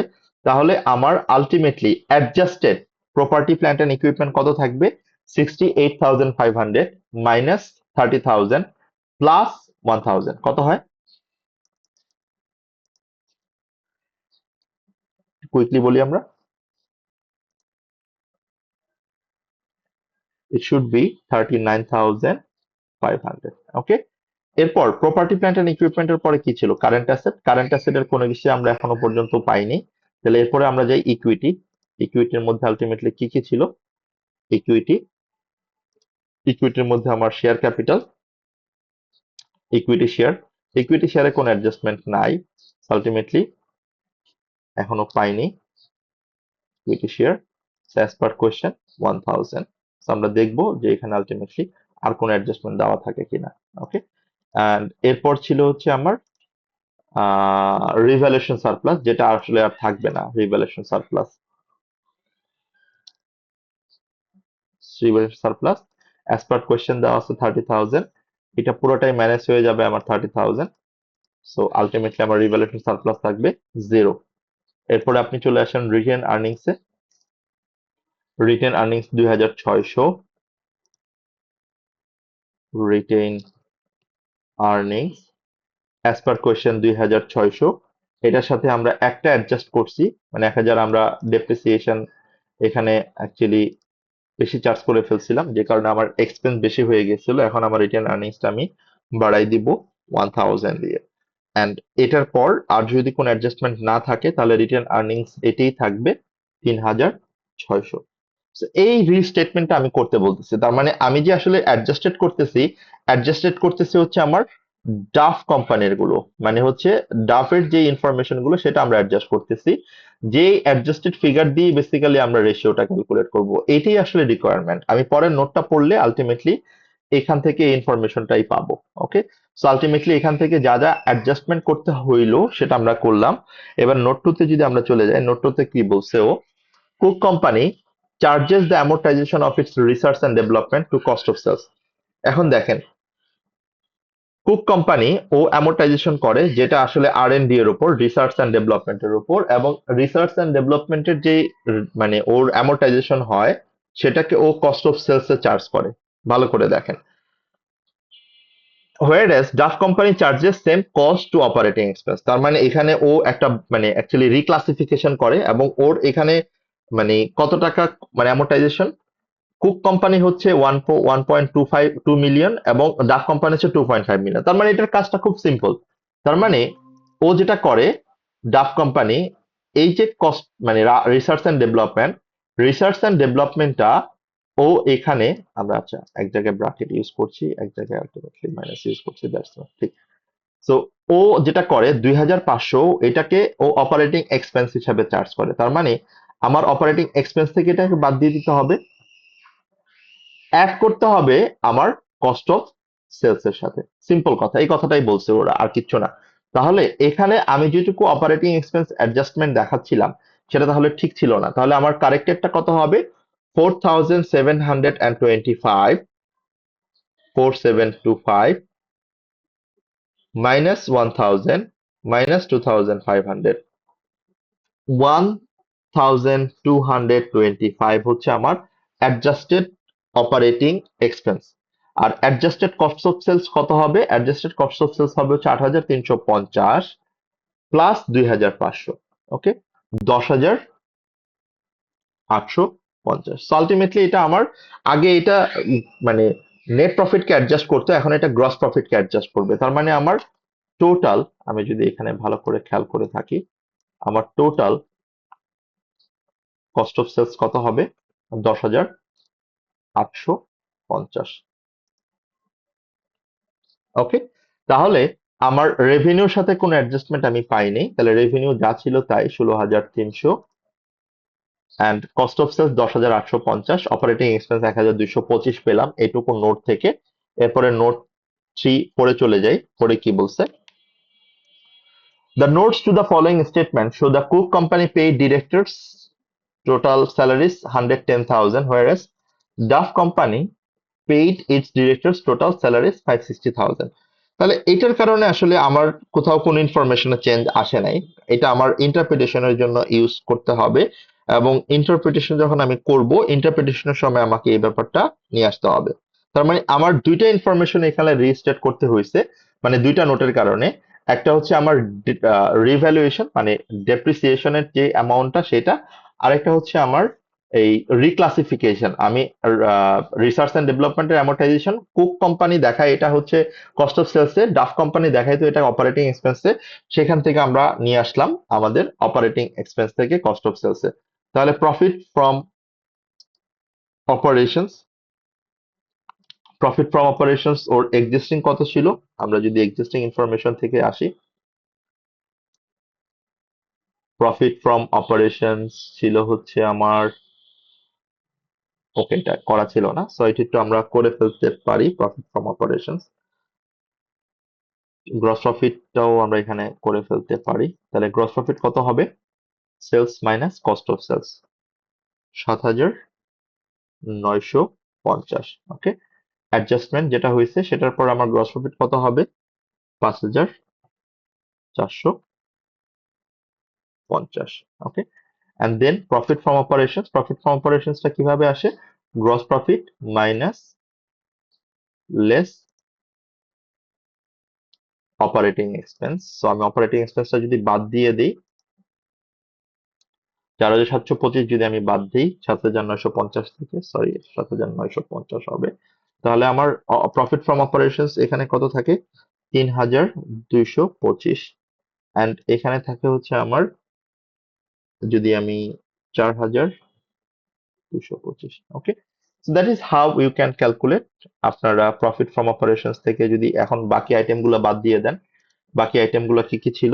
বাকি আইটেমগুলো ছিল হচ্ছে আপনার finance cost, profit before tax, income tax. So এগুলো আলটিমেটলি লাগবে না। কেন লাগবে না? আপনি খেয়াল করে দেখেন, আমার gross profit margin, operating profit margin যাই ক্যালকুলেট করি না কেন, আমার এইটুকু পর্যন্ত দরকার। সো বাকিটুকু আপনি চাইলে করে নিতেও পারেন, নাও নিতে পারেন। এটা আসলে আহামরি খুব একটা প্রবলেম হবে না আপনার জন্য। ওকে, অ্যান্ড দেন আমরা যদি প্রফিট স্টেটমেন্ট অফ ফাইন্যান্সিয়াল পজিশনে চলে যাই, স্টেটমেন্ট অফ ফাইন্যান্সিয়াল পজিশনে আপনারা দেখবেন যে আমার ইকুইটি শেয়ারে অ্যাকচুয়ালি যেটা ছিল 1000, এটা 1000ই থাকবে, এটা কোনো চেঞ্জ হবে না। টোটাল অ্যাসেট আমার 39,500 ইকুয়াল টু ইকুইটি এবং লায়াবিলিটি হইতে হবে এটা। সো বাকিগুলো আমি একটু দেখি, সব ইনফরমেশন যদি দেওয়া নাই, সো আলটিমেটলি এখানে এক্সট্রাক্টেড পার্টটাই দেওয়া আছে। রিটার্ন আর্নিংস আমি নিয়ে আসছি, অ্যান্ড রিটার্ন আর্নিংস এর পর এখানে একটা লোন নোটের ব্যাপার ছিল যেটা আমাকে কোশ্চেনে বলছে।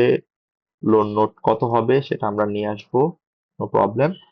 অ্যান্ড এরপরে আর কিছু ছিল না। সো লোন নোট আপনি যদি দেখেন ইনফরমেশন অনুযায়ী, লোন নোট লোন নোট হচ্ছে ৫,২০০ ছিল।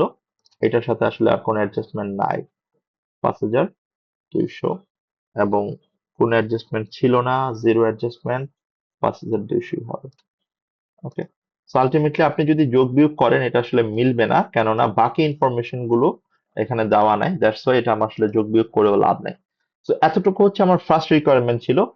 সেকেন্ড রিকোয়ারমেন্ট ছিল হচ্ছে আমরা যে প্রফিট বের করলাম ৪,২২৫, এটার উপর বেস করে এখন আমি বের করব হচ্ছে operating profit margin, gross profit margin, and then আমি বের করব হচ্ছে রিটার্ন অন ক্যাপিটাল এমপ্লয়েড।